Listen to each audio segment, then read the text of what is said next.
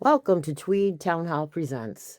We're a mother-daughter-son team. We've lived and worked through mental health challenges and a mental health care system. Hello, everyone. My name is Janelle. Hi, everybody. I'm Jeff. And I'm the mom, Patty. Welcome, everyone. We're on podcast number 7. Yeah. Woo! Entering the claps.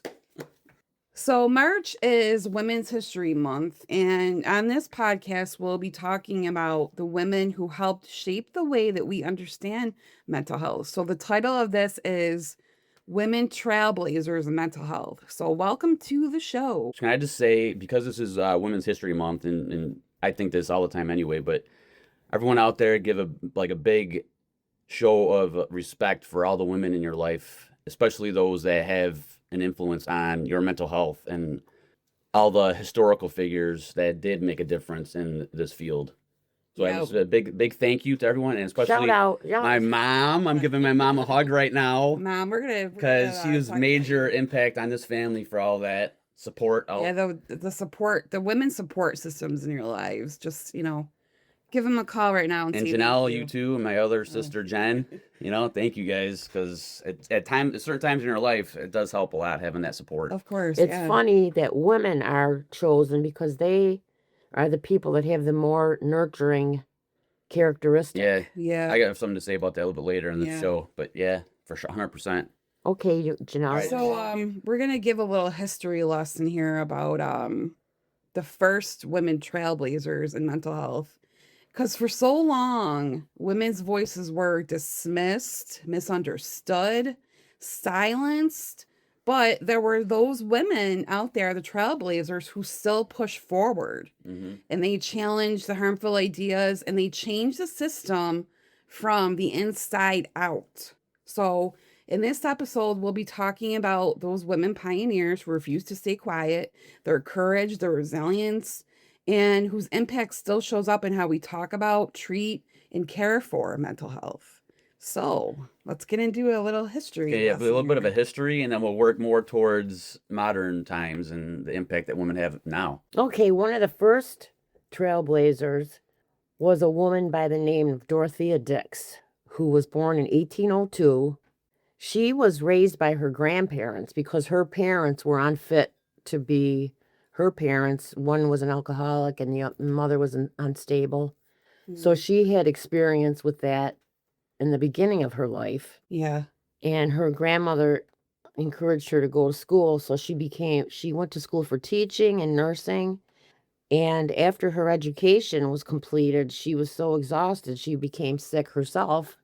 And her grandmother suggested she go to Europe for a little respite, Did she become sick, like physically sick? She was depressed, I believe. Oh, it was depression? Yeah. Okay. And there was physical sickness also. Yeah. So she ended up, after she graduated from college, she went on this vacation for respite. And while there, she met with groups of reformers interested in changing the treatment of the mentally ill in Europe. Were they men or women? They were men. Most of them. They were that men. Early on, it would have been most likely. So, yeah, right. She got some ideas from that meetings that she had, and when she came back to the United States, she set out tours of mental health facilities, observing how they treated people, and she also reported her findings to politicians, but many of them they refused to listen to it because they were men. They were all male. Yes, they were all male, and they didn't agree to anything she said, but she still moved forward and established asylums in New Jersey, North Carolina, and Illinois. Oh, okay. Because otherwise they didn't have a place to go. Yeah. So she started those on her own? She did it on her own. Because she wasn't able to get any help from... She did it on her own because the politicians wouldn't listen initially, to her. The people she was talking to... I feel like women weren't taken seriously back in those times, unfortunately. But yeah, she's another trailblazer who pushed forward, even though she got that pushback from men, basically. But people probably know about her because I remember learning of her in history classes and in nursing classes. School? Yeah, right. So I just want to say real quick too, like with her experiences as a child, that's one thing I'm going to mention a little bit later too, is the ACE study. People that have studied psychology might know about it, or if you've done your own research. Yeah. The adverse childhood experiences. They did a whole study on that. I think it was 1998. Mm-hmm. But her experience was that. Right. Nobody knew about it back then. Right. No one, she didn't And that speak of it. helped her get into the field to then make a difference, which I'm sure has some or results today because of that. You know, I have to say, I'm glad that her grandparents like took her in. Yeah. 'Cause Right. I don't know how culture was back in those days, but I wonder if it was like uncommon for grandparents to take their Yeah. grandchildren in. Families did what they had to do to help Yeah, the younger right. generation. But okay, to continue on about Dorothea Dix, when the Civil War began, she completely dedicated herself to the Union cause Yeah. and helped out all the patients. She was appointed superintendent of Army nurses for the Union Army, Oh, Mm. wow. and she set her standards very high for recruiting nurses. And she was known to treat both the Union and Confederate side of the soldiers. So she had experience with the mental health side and nursing. Right. So she's like someone like you, Mom. Yeah, I feel like Yeah, I know, right? yeah. Has a little bit of your experience, except for the Exactly. military Yeah. stuff. Okay, Right. so listen to this, is interesting. You have something in common with her, Mom. During a time when male doctors vocalized dislike for female nurses, she continued to push forward to for formal training for nursing for women, Wow. even though okay, the doctors didn't agree with yeah. her. Right. Okay, so So- she's a badass pushing Yeah. back against men. Yes, So- this is what I love to hear. So her work in You know? support of better care for the mentally ill began restructuring of many hospitals in the United States and abroad. Wow. Okay. So her grandmother took her in because her parents, I said before, were neglectful. So she had bouts of depression from all that. Right. Which is She remembered that, honestly yeah. understandable because she was probably under an enormous amount of stress. So because of that personal and emotional experience, trauma. Yeah. because of that personal experience of mental instability, Yeah. that drove her to focus on reform. So it gave her a purpose. Right. So Janelle, Yeah, what you're she- about to start She talking Yeah. about, used her pain for good. She did. she probably didn't want to reach out for help because of what you're about to say. Yeah, she was You a guys- staunch. Oh, of course. You know, Yeah. She was that's a- going back that far. Yeah. Uh-huh. She was a staunch critic of cruel and neglectful practices of the mentally ill.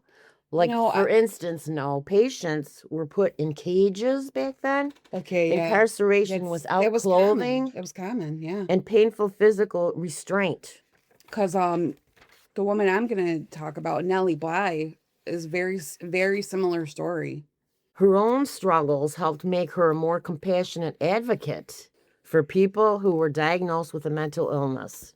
So she began to investigate the treatment of them in Massachusetts, and in 1843 submitted her first memorial, they called it, for state legislature. Oh wow. Well, Yeah. she wasn't allowed to read it in front of them Yeah. because she was female. Oh my jeez. gosh, that pisses me off, man. So this Makes me memorial so mad. reveals how Dix worked with conventions to carve a role for herself and to bring attention to the horrendous treatment of mentally ill in prisons, almhouses for the poor. That almhouses are homes for the poor. Oh, okay, That's what they yeah, called them back then. And asylums.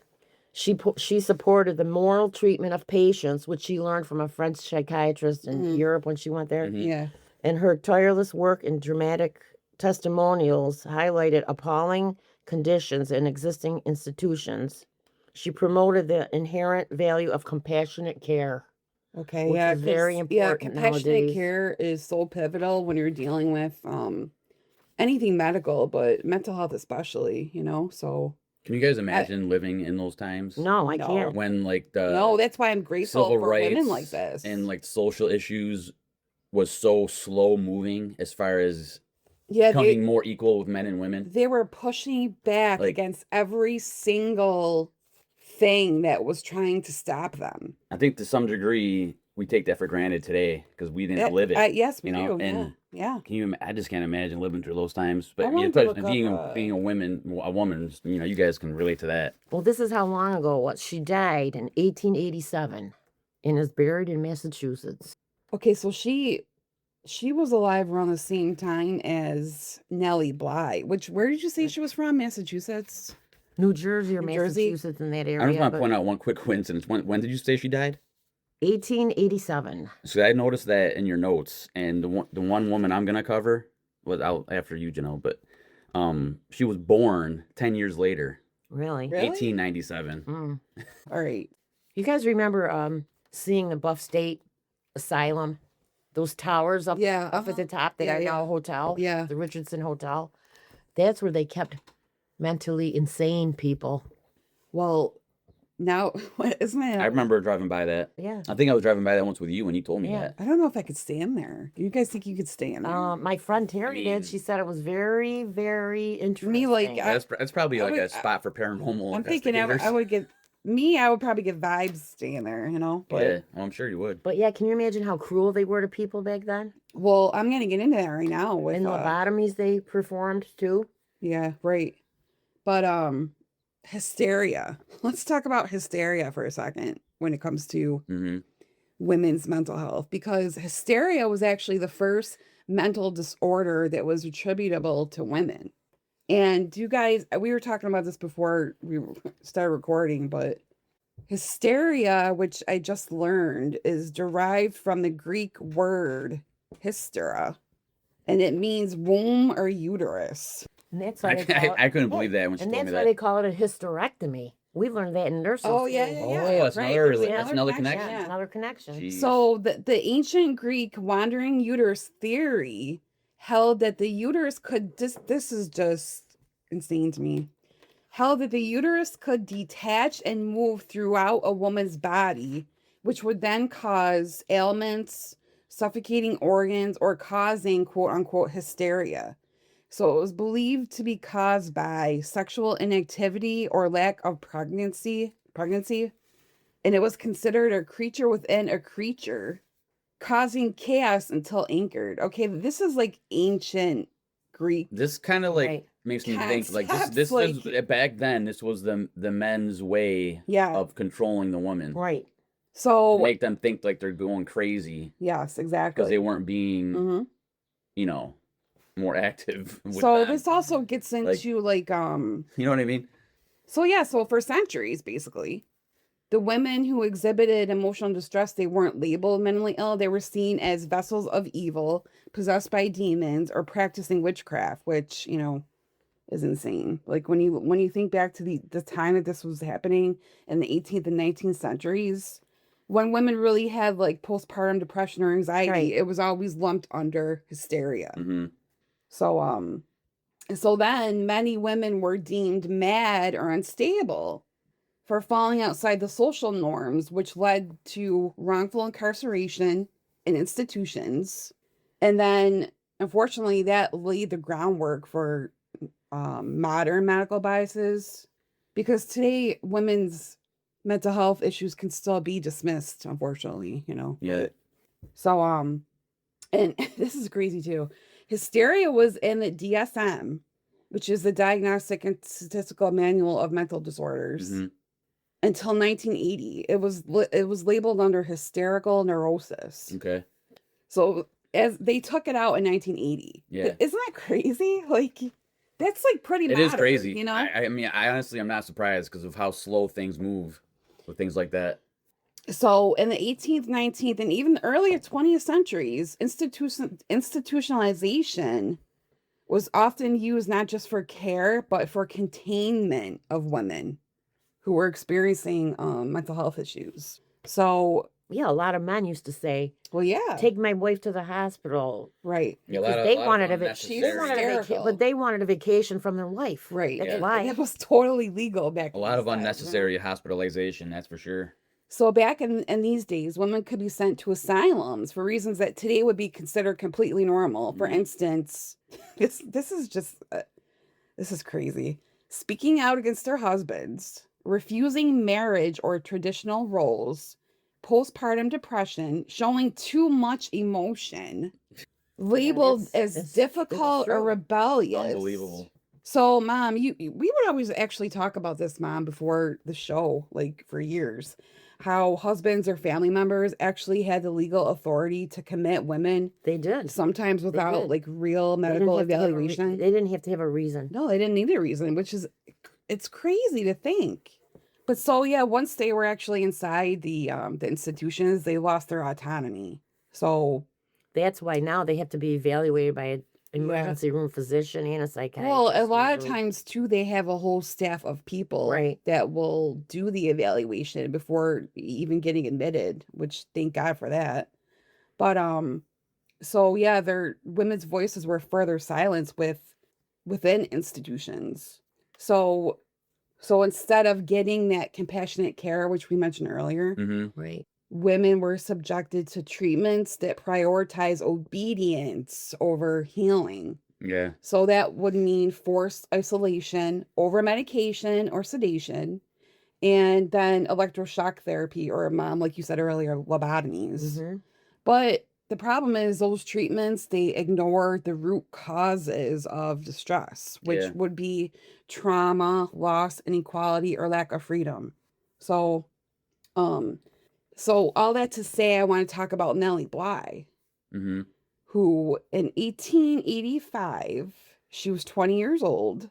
Her real name is Elizabeth Jane Cochran.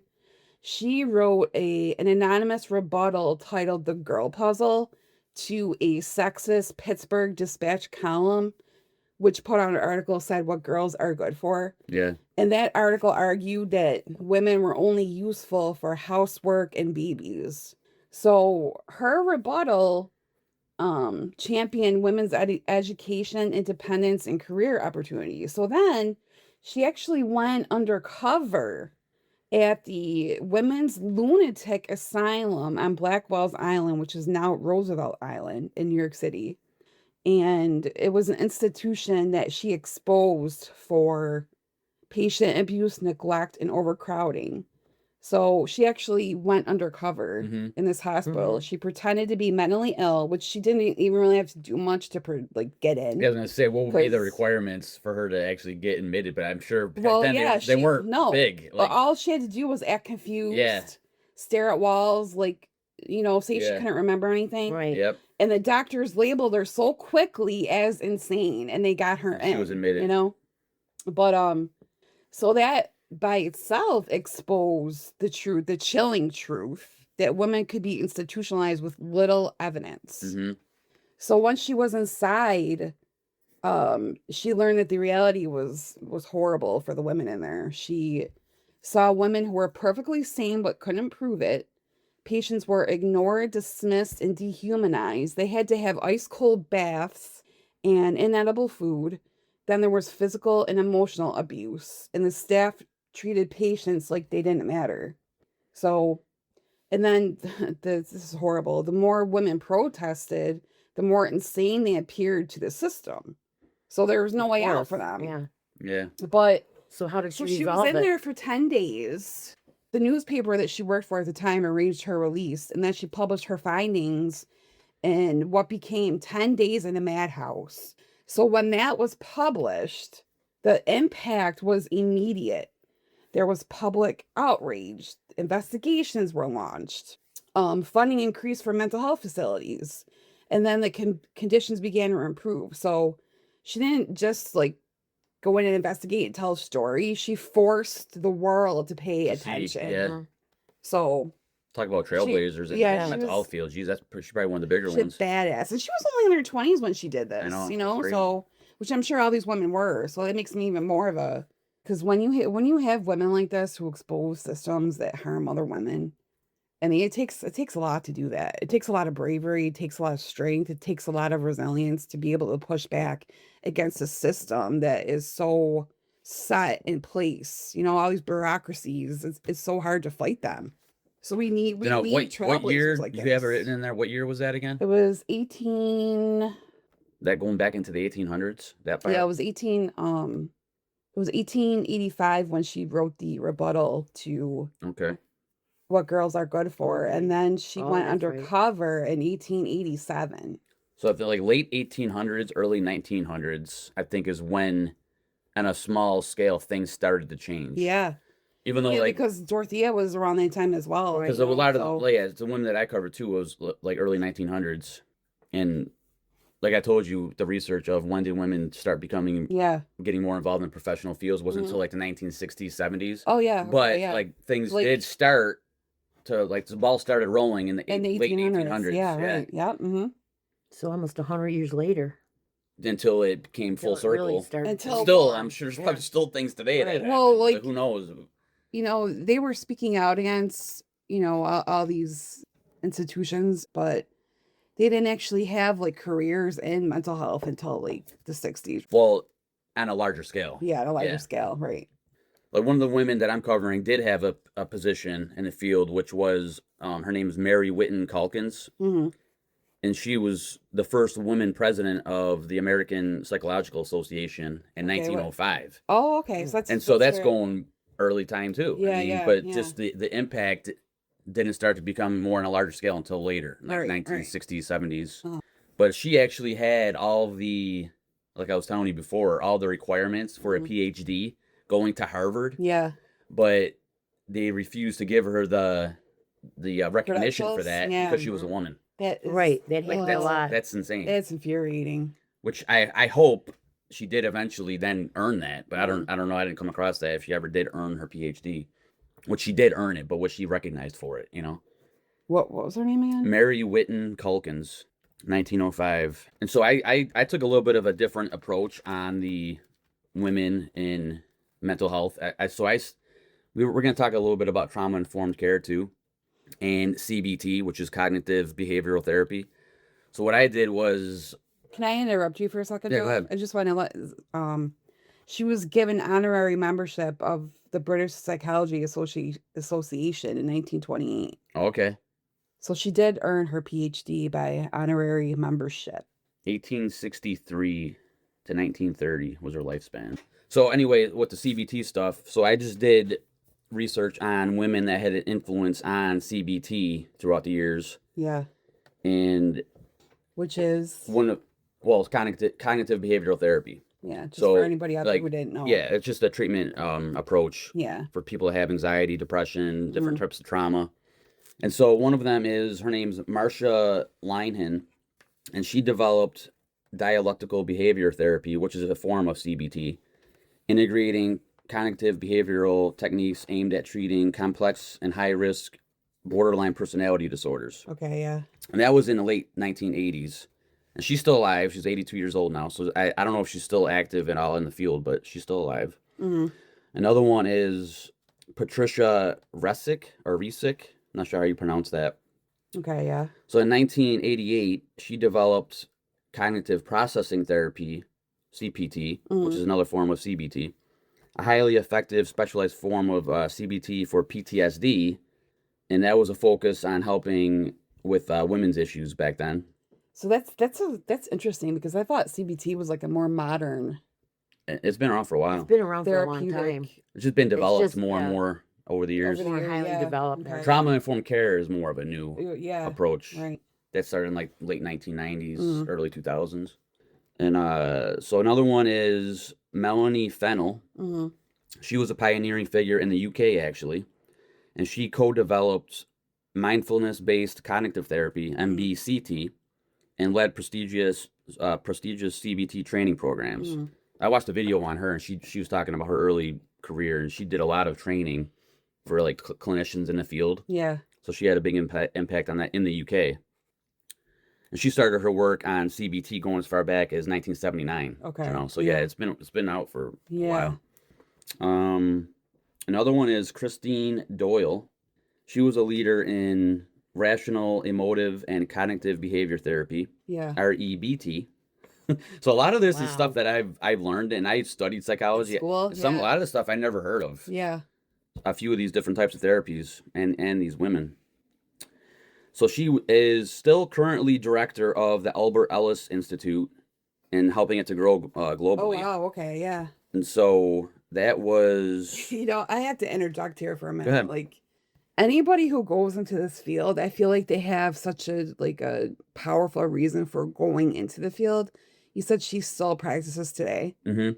Like that says a lot. Like you have to have heart and you have to have a reason for your being in calling. this field. Yeah. It's your like, calling. exactly. It's your calling. And Mhm. because it takes a special person to be in this type of field. So I'm just going to read real quick a little paragraph on the Albert Ellis Institute so you guys know what that is. She's the director of this place, and this was opened up in 1959. AEI, which is just the acronym for it, exists to help people reshape rigid, self-defeating beliefs into healthier, more flexible ways of thinking through REBT's blend of evidence-based interventions, and a compassionate life philosophy Mhm. approach. We equip individuals with practical tools that build emotional resilience, broaden perspective, and create meaningful, lasting change. And so she's the leader of that. She's the director. Okay, yeah. I have a couple more. Do you guys want to have? Do you guys have Well, anything?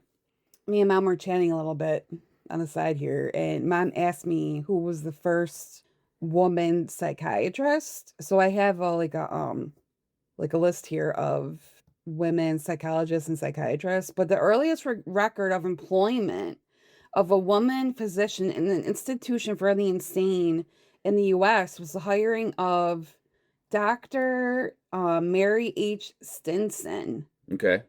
in 1869 at that's- Worcester that's State good. Hospital in Wow. Massachusetts. In Massachusetts. So let me just quickly go through this list here, just the names. So Alice Bennett was another one, 1851 to 1925. Anne Burnett, again in the 1800s. These are pretty much all 1800s. Marion Kenworthy, Phyllis Greenacre, Henriette Klein, Viola Bernard, she's a more modern woman, and this is another modern woman, Nancy Rosk, Alexandra Simmons, and Jean Spurlock. I wonder if Dorothea Dix ever came across any of those psychiatrists. Oh, I'm sure, In her because pra- in if her she way. was from, yeah, because Massachusetts. I would think yeah. that if you were a woman involved in this during those times, you would want to like team up with other women Right. who had the same calling. Mm-hmm. So yeah, you would think that they were all working together. Go on, Joff. I didn't know. All right, I just got a Yeah, couple more. continue. So another one is Maureen Whittle. And Janelle, you're gonna like her. You'll know why in a second. She developed specialized cognitive treatments for OCD Okay, yeah. and helped found Anxiety Canada. Now, Anxiety Canada is a registered charity that offers free services and that helps individuals find relief and from anxiety and OCD. Wow, And she that's co-founded that in 1999. 1999. Free services. Wow, that's So important. I'm assuming when it that's comes to like mental a health. lot. Still exists. Yeah. A lot of that, I'm sure, is government assisted if they're Yeah, offering yeah, free yeah. services. That's Uh-huh. how those usually work, Mhm. or government funded. And the last one is, and this is interesting, is she is recognized as the mother of behavior therapy. Her name is Mary Cover Jones, Yeah. and she was born September 1st, 1897. She's the one that I was saying was interesting. She was born 10 years Oh, after, right. what was her name? Dorothea Dix. Dorothea Dix passed away. So that's just interesting. And she helped to pioneer techniques to eliminate phobias in children in the late 1920s. Wow. Thank God that we have all these women trailblazers, because women deserve to have voices in mental health just as much as men do. And without these women, we wouldn't have gotten there. It's interesting to note that these women are gearing towards behavior therapies instead of medications. Medication. Yeah. I wonder noticed if that that's- too, I Mom. wonder if That's Yeah, really yeah, interesting. That's why I yeah. wanted to focus on the therapy side. Right. And I did a little bit on trauma-informed care, which I want to talk about a little bit. But yeah, that's one of the reasons Some why of the I did that. medications can make you worse. Yeah, the medication thing The, is tricky. the pharmaceutical because approach is very tricky. Right. Like it's tricky because it's not a one size fits all thing for people. Everyone you out know? there that's dealing with that, where you need to be on some kind of medications, I highly recommend. We've talked about this before, but the biggest challenge is finding the right combination of your meds and therapy and lifestyle changes too, I feel to like give you the it's, best possible like, quality of life. figuring that out is such a hamster wheel, because It is. It takes a long time. And So it's like all the puzzles slowly came Like, together you're to where we dealing- are now. yeah, And a lot of that was trailblazed by women. if you're using yourself as a guinea pig, which, I mean, how else are you going to figure out what medication is appropriate for you? Hmm. So it's like a no-win situation. But the medication aspect of it is so tricky. It's so tricky. you have to find a good psychiatrist and have a good advocate to work alongside of you. And one thing Yeah. that just came to mind too is, like, if you notice, and this is a hard thing to observe for yourself, that you're self-medicating by other means, which Mhm. like by alcohol Right. or illicit drugs. Yeah. I mean, even marijuana, even though marijuana is becoming way more accepted now, Hmm. but still, if you're abusing it, Even gambling. you have to realize that something's probably not right, and you need to change your Well, treatment yeah, approach for anything yourself. can become abusive in that way. Yeah. And marijuana is one of them for sure. Hmm. But I did want to mention before we move on here, Dr. Mamie Phipps Clark. She was a groundbreaking psychologist whose work transformed our understanding of racial identity and self-esteem in children. So alongside her husband, Dr. Kenneth Clark, she conducted the famous Doll studies, which highlighted the psychological impact of segregation on Black children. Hmm. And then those studies played a pivotal role in the Brown versus Board of Education case Oh, right. that desegregated schools. So Mhm. she's a tremendous trailblazer with that. And then they also co-founded the Northside Center for Child Development, which provided crucial mental health services to Harlem's youth. So she was another trailblazer within the mental health industry that made a difference. Do you guys have anything else on the history side of things? I don't think so. I mean, I'm sure obviously there's tons of There's women out plenty there that we more, could have but, covered, yeah. but we just wanted to highlight the ones that Take stood out for forever us. to Yeah, do that podcast.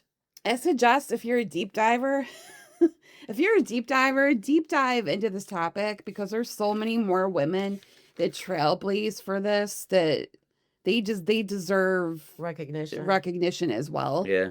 So yeah, take the time and look into it and do the research because you can learn a lot. And we needed these women trailblazers to change the way that we see the world, basically. So Thank you to them. yes, thank Yeah, you. like you can deep dive for all these topics that we're talking about. Like that one lady I was mentioning, Melanie Fennel. Uh-huh. That I watched a video on her. If you just Google her, there's not much info on her, so you'll find the video really quick. It's an interview that she did of talking about her career. So all of the women that we mentioned in this podcast, they all refuse to accept silence, and they all use their voices. They all use their voices to create change. So if you're one of those women out there who are trailblazing the way for this, thank you, because without you, we're not going to get anywhere with this. So keep doing what you're doing. Yeah, you can't stay put. Yeah, Change is needed. change is needed for sure. But Speaking of change, with not just therapy, but in the workplace, for how like the culture of the workplace, yeah, which trauma informed care has a lot to do with. yeah. So when I used to work for that company in Buffalo, I won't name the company, just yeah. we don't want to do that, but I learned about this there, the trauma informed care stuff. Can you talk about what your position was when you worked there? Well, I was like they called it a facilities coordinator, so I had to go around to all the different programs, which was all around Western New York, Okay, yeah. and just make sure that they were operating Okay. according to Yeah. State the right mandates. policies, and like Okay, everything yeah. was organized, and Wow, anything that they sounds need, like a lot. anything that the program needed, I was supposed to help them do and take care of to make sure things were running smooth. That sounds very But exhausting, so Jeff. I seen a lot of the way programs how they Yeah. were operated. Yeah, yeah. And so I was part of the leadership team. Mhm. So we had to learn about trauma informed care. So I wanted to do a little bit of research on that Yeah. for this, and coincidentally, it was started and developed by a lot of women. Yeah. And so, real quick on that, so development of trauma informed care, which in the field people would just say TIC, was heavily influenced by women and women focused therapy, which emphasizes creating safe, empowering, and non-blaming environments. Mhm. And this says for survivors, but it's also for anyone that's for anybody dealing that with has trauma. or that has trauma. Yeah. And so one woman was named Maxine Harris, Mhm. and her alongside Roger Fallett in 2001 wrote a book titled "Using Trauma Theory to Design Service Systems." And I don't know what their intention was back then, but it's trauma informed care is used in businesses. Yeah. And like Oh, like in my case where we were like any treating types of mental health. business? Yeah. Well, yeah, because in the workplace they want you to make sure Yeah, you're treating yeah. everybody a certain way too. Uh-huh. So certain businesses and like corporations, they implement it. It's like a training. Right. Okay. Like you like go to like a training for it. Yeah. Especially like human services based careers, I would say. Mhm. And so that book is where the trauma informed care term was coined. And then I mentioned to you guys earlier before the ACE, the Adverse Childhood Experiences. Yeah. That was done in 1998, which was a little bit before this when they wrote the book. But they were like inspired by that to do that research on the trauma-informed care. It's interesting that it's mainly women-led. So this is all talk therapy. Well, yeah, I was gonna say with the ACE study, all the types of trauma you can have as a child can cause possible conflicts or issues later in life, Right. which includes the workplace, and that's where the TIC approach helps. People might not even realize it either. So TIC is pretty much just like understanding where somebody's coming from and not judging them.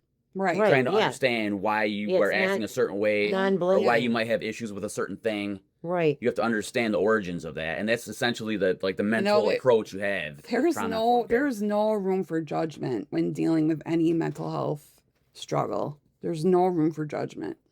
And anyone that wants to know more about it, just do the research, because there's a lot involved with how you actually go about implementing that. It's not anyone's fault. It's a brain disease, actually. Yeah, brain health. I like Brain how health, I like that too. I like the term brain health a lot because your brain is an organ, Right.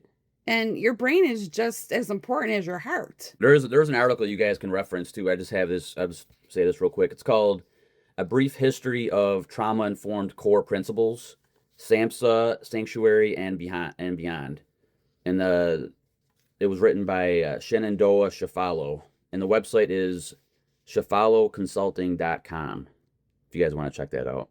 So now we're going to talk a little bit about the women of today who are actually trailblazing for mental health issues. Jeff, did you want to? Yeah, so just real quick, something on that. So I've worked in mental health programs for a couple years, and one was in Buffalo, one was in Niagara Falls. And I didn't even think about this back then, but because we're doing this topic, I was just trying to recollect those memories. Yeah. So it was at least 10, or I think it was 10 or more programs in Buffalo. And then one in Niagara Falls, multiple. I don't even know how many, but I think only one of the programs the program director was a man. Yeah. All of the rest were women. So like very, very, very high majority of the programs for mental health and abuse, a lot of them dealt with abuse too, were ran by women. Wow. And I was just thinking that, looking back on that, women... Do you think that's by design or just... I don't know. I think it's by what's... I mean, it probably shouldn't be. The women wanting to make a difference. The women just want to make wanting to make a difference in that field. Yeah, and that's why they got to those positions. And like I said, I feel like you have to have a passion when you work in this, this field. Yeah, we were talking about this before in our meeting too, and when you mentioned it earlier too, Ma, the nurturing behavior of a woman, the characteristics of a women help with running programs like that and that's having not an to effective... say men don't have That's nurturing. just a biological thing too, though. Well, I would say with Don't you women, think, it comes natural. Yeah, It's is that just like... It's like a motherly instinct. Is basically what it is. Men might have to put a little bit more effort into thinking maybe along those lines. Men still have arguably. that. This is all arguably. Yeah. But maybe women do just have more nurturing, characteristics to handle things like this. It makes sense. Not all women and not all men. Not all men. So We're not categorizing it. Yeah. We're not categorizing it at all. So it's just a motherly instinct, I think. Yeah. But men, it's a more instinctive also, but mindset, I would say, with women to be that way. But you do have to have the drive to go into this field. Yeah, so we did want to talk about some advocates for mental health who are women. The first one that comes to my mind is Lady Gaga, because she's one of the most visible and the most honest voices in mental health advocacy. So she has consistently spoken about her own experience that she has with depression, anxiety, and PTSD. So in 2012, which if you're a fan of Lady Gaga, you already know all this, but she co-founded the Born This Way Foundation with her mother.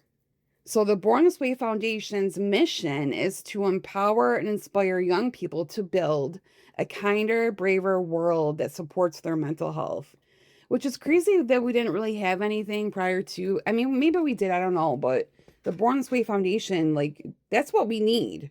We need a foundation to do exactly that, inspire young people to build a kinder, braver world that supports their mental health.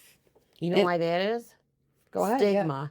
Stigma, There's a stigma attached to mental Break illness. down the damn stigma, man. And if they break that down, then people will get more help and help each other. Exactly. So that's what she's trying to So do. how do you break the stigma? You break the stigma by talking about don't it. talk down and about don't be people. afraid Yeah. and don't judge, you know? That's one of the positives about social media and the platforms that celebrities can have Yeah, that exactly. have had experiences with that want to change things. Right. They speak out about their own experiences, which and the Born This Way Foundation, they don't just raise awareness, they actually will fund programs and partner with schools and actually build tools for young people to feel seen and supported. So she was the one who one of her biggest messages is the mental health is just as important as physical health, which yes, Right, because again, years ago, a psychiatrist told me that a mental illness is similar to having diabetes. Yeah. 'Cause they're both physical illness, Yeah. physiological illnesses. because mental is brain. Right. Yeah, right. And I was told that back in You know what? Why haven't we 1975. gotten there yet? Like your mental health is literally your brain. It's a It's your physiological brain. It's problem. It's a physiological thing in your body. Just like any other physical ailment you might have, you got to deal with it the same way. Yeah, You like got- can we please get there to the point of Well- where we're not judging and we don't have the stigma attached to brain health? Because it's brain health. The brain is a very complex It is, organ, and yes. everyone's brain reacts differently. So there Everyone's you brain. go. See, this is funny because there's 3 of us sitting here right now, and each one of us will process trauma completely different than the other. Mhm. You're right on that. Like me, I feel like I'm a hot mess half the time. However, Jeff and Mom process trauma extremely differently than I do, and there's nothing wrong with that. Mhm. Again, it's your brain. We don't all have the same brain, thank God, because we'd all be robots, you know? So Right, exactly. So let's just continue to break the darn stigma because it's your brain health. When we're talking about mental health. But so I love Lady Gaga because she's always pushed back hard against the idea that like if you're struggling, that means you're a broken person. Like we were saying, instead she talks about the brain like any other part of the body. Right. Like something that deserves care, treatment, and compassion. Compassion is the big one. So I went on the Born This Way Foundation's website last night. BornThisWay.Foundation is the website. And they actually, if you go on there, they have what's called a Be There certificate, which is a free online mental health course. And it's designed to provide you with knowledge, skills, and confidence needed to safely support anyone who may be struggling with their mental health. And I actually went on there and started to do it. It's like a 2-hour, it takes 2 hours to complete the course. And I'm like halfway there. Yeah. But I recommend doing it because it does give you a lot of advice on how to handle somebody who's struggling with their mental health, whether it's you or someone you love. So you basically just learn your role in supporting that person and yourself and how to connect them to the help they deserve, because that's important, especially for young kids. Yeah. Because there weren't a lot of tools like Jeff when we were in school. Like, No. do you remember No, there covering weren't, anything like regarding mental Not, health? not throughout school, like high school, middle school, any of that. No. And me, like in high school, I was bullied in high school, and I didn't have really anywhere to turn. No Like, resources? there were no resources really. I mean, that I was aware of. I was too afraid to come forward, but I'm wondering if they have anything now in schools regarding this. We don't Most like schools have psychologists. they do, now, but do they yeah. have like actual programs? Like, I'm wondering if there's any like Born This Way programs like locally. I don't know. That would be a good idea to put Yeah, it. the school, Yeah. the school have to adopt it. Like that was always my dream with the I Defy Me project, which I'll talk about later. But because we need these programs in school and even in elementary schools. Like the earlier that you can start, the For better. sure. So kids know how to handle their stress or Right, anxiety exactly. or whatever And they they- have. They don't feel like they're a burden, or they don't feel like they're weird for having a mental health issue because it's completely normal. I have a thought you guys made me think of through all that, and as far as how you react to trauma and like when you have a problem reaching out for help Yeah. and when you should do that, like, so don't ever feel hopeless when you have a mental health issue. And I know it's just a little bit off topic, but I want to get this in there. So like on more on like a science level with your brain, Mm-hmm. with your synapses and the way they fire, Yeah. it is possible to change those patterns. And through treatment, I guess you could say a little bit through medication and behavior therapy, Yeah. you can change the synaptic connections in your brain And so if you have issues that you're concerned, like you think it's never going to change, have hope, because you can change those. And Right. it's almost like developing a new habit behaviorally, but for your brain. Yeah. And you have to do that through active treatment. Yeah, they misfire sometimes. They get disconnected. So you have to reconnect them in whatever way you can. And for example, like if you have the same thought over and over and you don't work on changing it, that connection is going to stay there. And Yeah, it's like forming a habit, kind of. yeah, exactly. But in your brain, on a synaptic level. Right.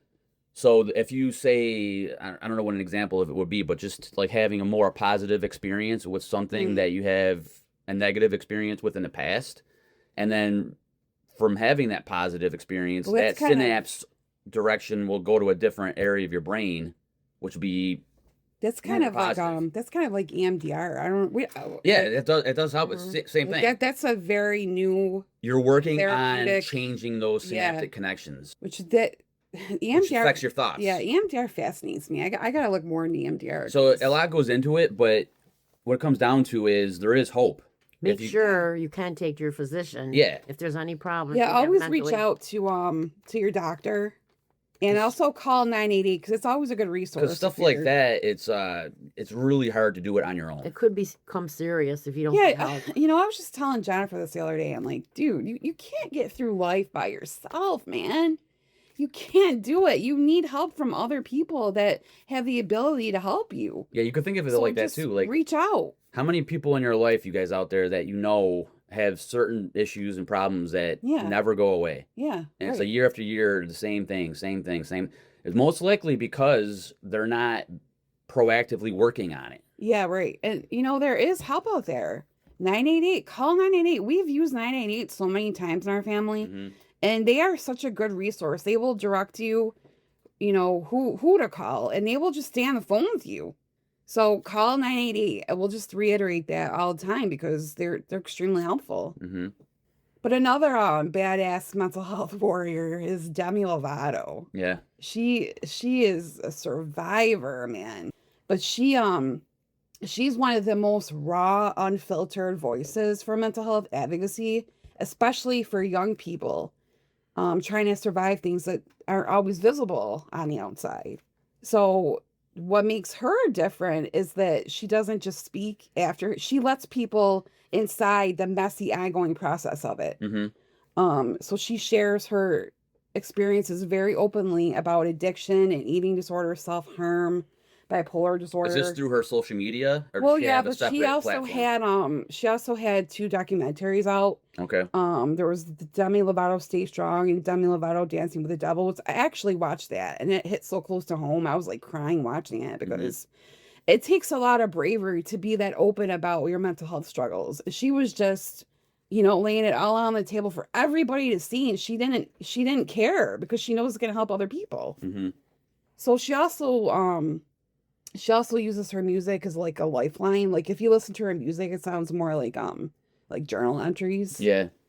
And then she actually said before that when she's at her concerts, she'll see signs from fans that the signs will say, "You saved my life," Yeah. Inspire her. and "Thank yeah. you for helping me." Right. Like signs like that. So like we need people like Demi to be a voice because people are so afraid to talk about mental health issues, and they shouldn't be. But there's always I support think out it's a there. generational thing. I think the younger think so? generation is starting to open up about problems. Yeah, I they do have. see that. I feel like the younger generation, thank God, is learning to be more candid and open about this topic.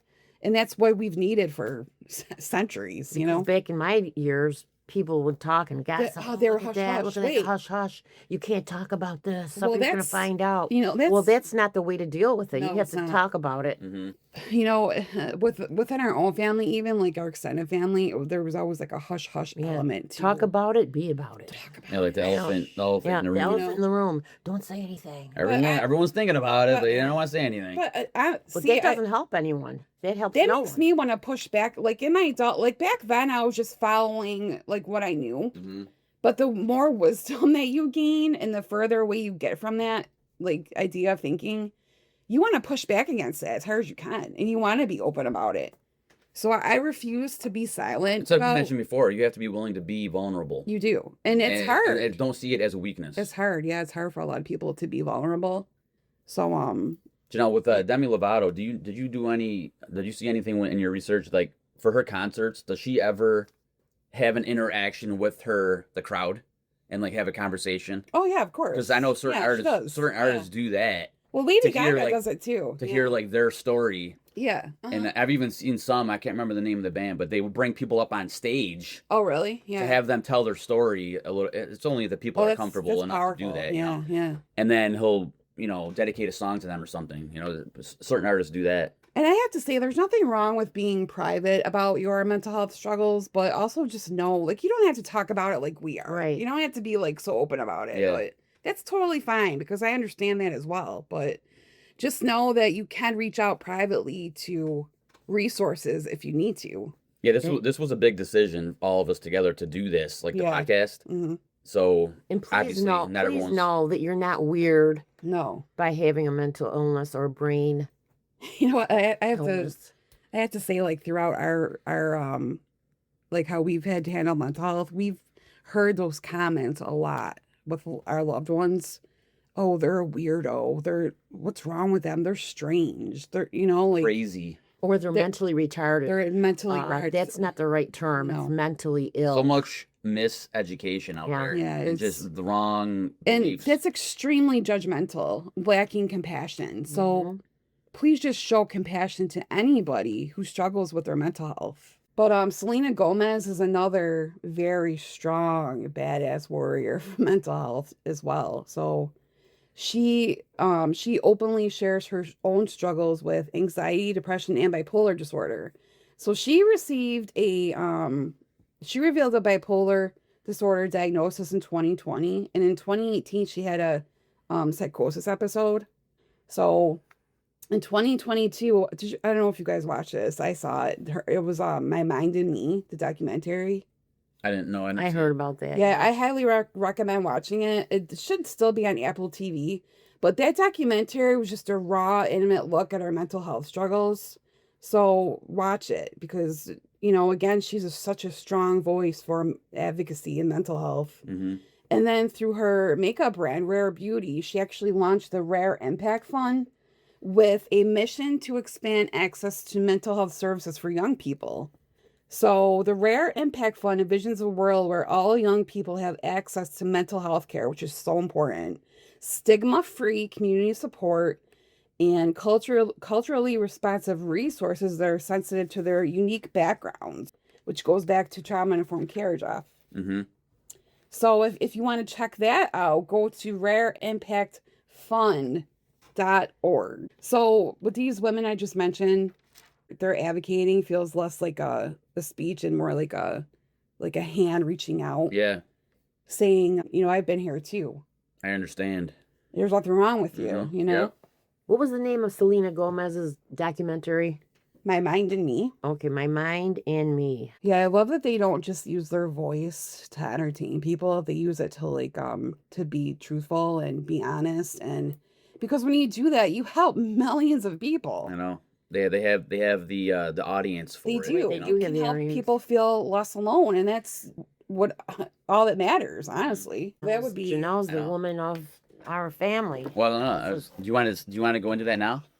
All right. So speaking of badass women and mental health, not only am I gonna give credit to my mom again, Well, thank you, Patty, Jeff. for all of the help you've Yes, given thank this family and what you've had to deal with over the I years. have a little something to say about mom as And well. also Janelle, Me. with your project that you started in grad school called the I Define Me Project. Oh, yeah. You have a lot to say about Yeah. that, so go ahead. So Please do. when I was in graduate school, my initial plan for my capstone was to do a film. I don't know if you guys even knew this. It was to do a film. I think you've told me about this before, yeah. And in my class, like all of my classmates were volunteering to do a film with me and they were Mhm. going to help me with it. And I was like, oh my God, yeah. Like I was so excited about it. But I didn't really have like a script or anything. It was just like, something I thought to do for my final capstone. Yeah. But then Jamie Roddenmeyer came into the picture. and I shifted gears a little bit. He was a huge Lady Gaga fan. At the time, cyberbullying was huge Mm-hmm. because social media had just started to like really take off with like, Mhm.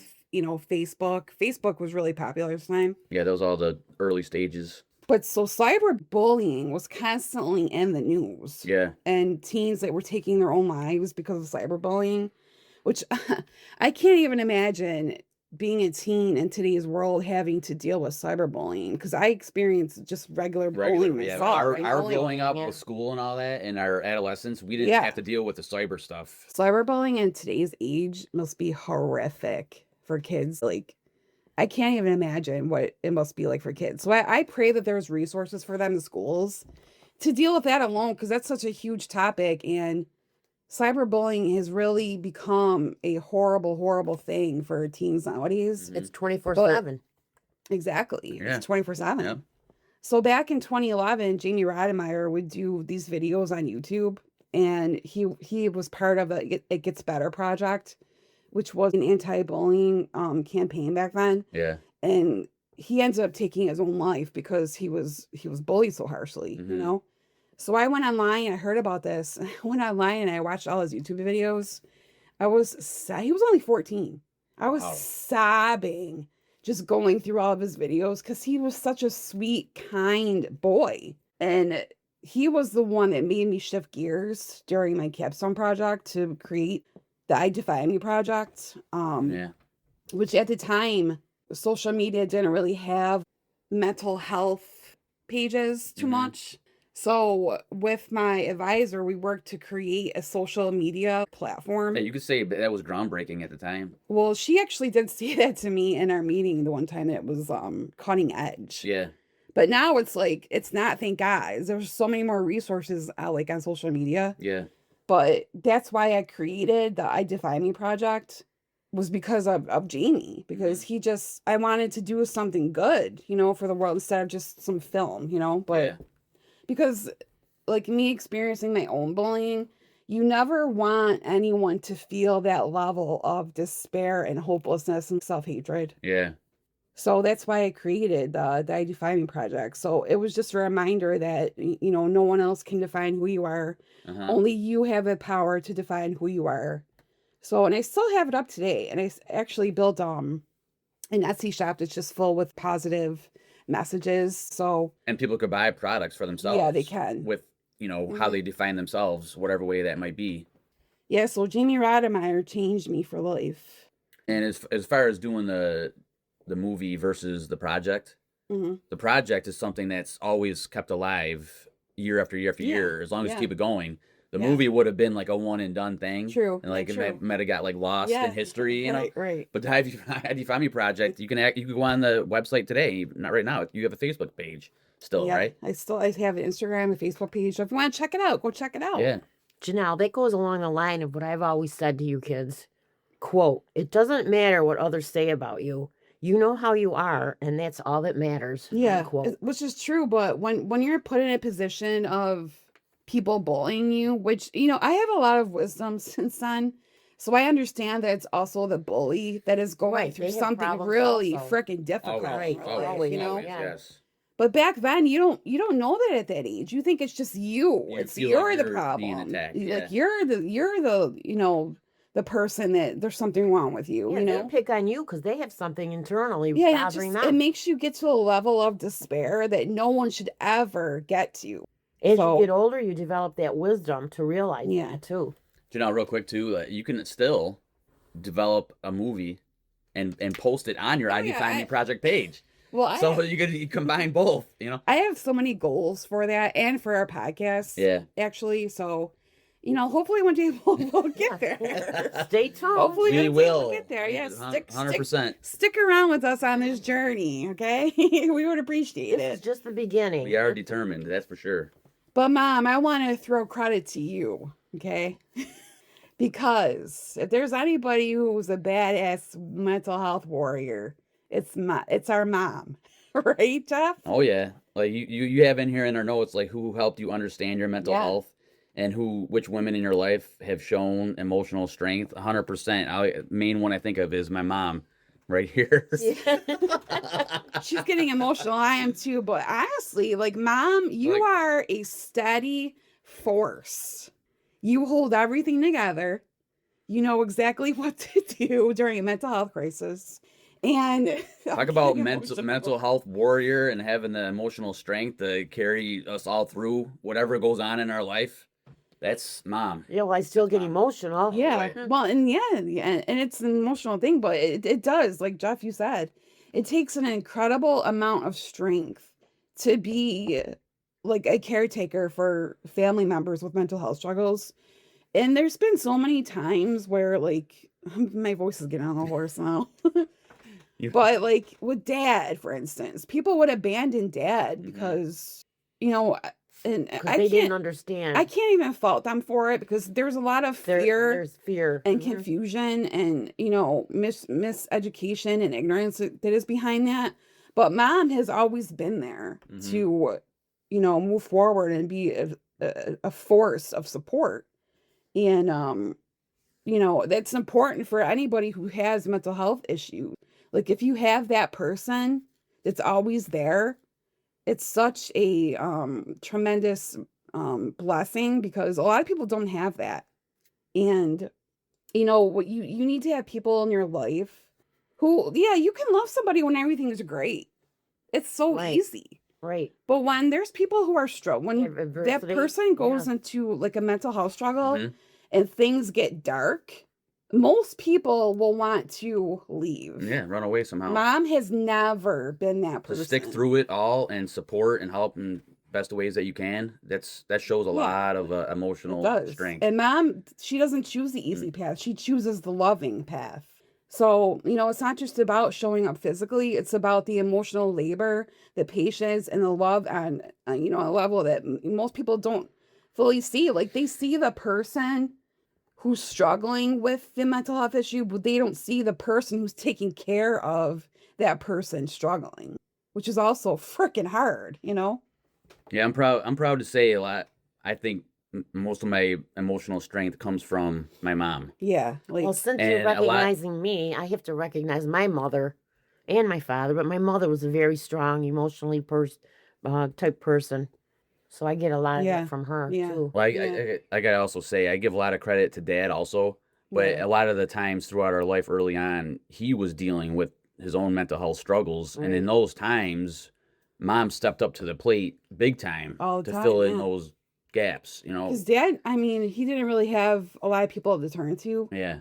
But Mom was always a constant. Thank God, because I honestly think she saved Dad's life numerous occasions. Just thinking back on it, I think a big part of how Mom helped me with that was remaining calm mostly through it all and not having, the moments where I have to it seemed like she wasn't in control. Like, I always seemed like she was in control of what was going on mentally. She is, yeah.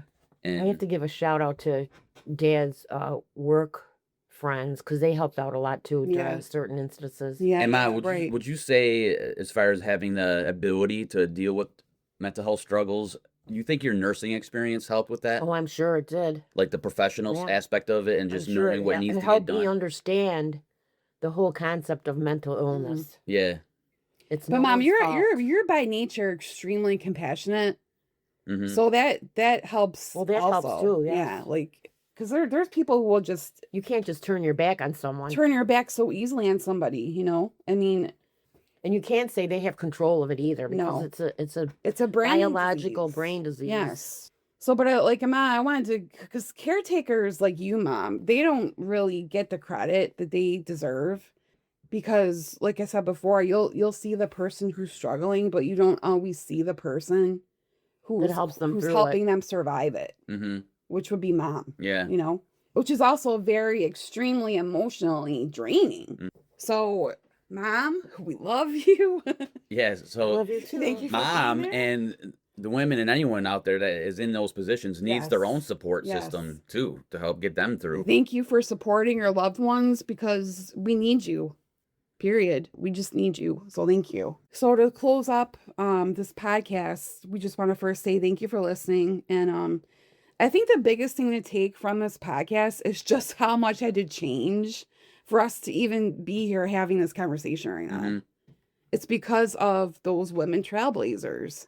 There were women who weren't believed, they were labeled instead of being listened to, but they spoke up anyway. And because all these women trailblazers did, things are different for us today. Yeah, they laid the groundwork. Yeah, they're not perfect, but they're very different.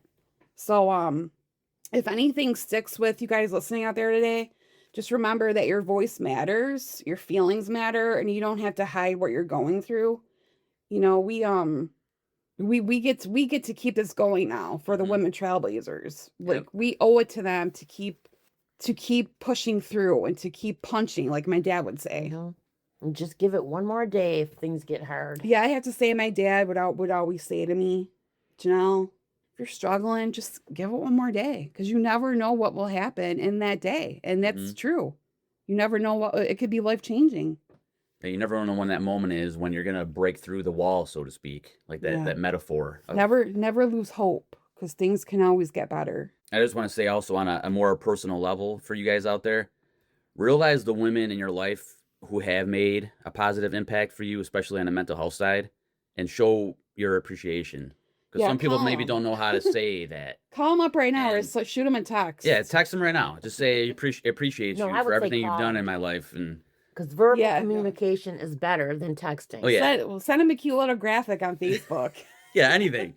Give them a hug randomly. I appreciate you. Next time you see them, give them a hug, and they just say, "What is that for?" And then you could just go into it. Yeah, totally. Or give them a gift. Do some flowers or something, just do something. Yeah. Mother's Day's coming up. Yeah, but appreciate the women in your life who are there for you every single day, because they are amazing women. So thank you all for listening to this podcast. We appreciate you for being here. So if you're listening to this right now, just hit the subscribe button if you're not subscribed. And if you are subscribed, thank you so much for being here. We totally appreciate you. Yeah, subscribe on YouTube and share the direct YouTube link if you can. Yeah. Just let as many people know as you can if you want to. We're also, Helps us out. If you're on Facebook or Instagram or TikTok, you can find us in any of those social media platforms with the username Tweed Townhall Presents. So we hope to see you. And, send us a message or, leave us a comment if you like. We'll always be here. Mom, you have anything in closing? Thank you for listening. Yeah, thank you guys again. And take care of yourself. Take care of others. And take care of the ones you love. And also be kind to others, but also don't forget to be kind also to yourself. Kindness matters. Thank you all. Thanks for listening. We appreciate it. Thank you guys. Bye. Have a nice day. Bye. We'll see you on the next one. Yep.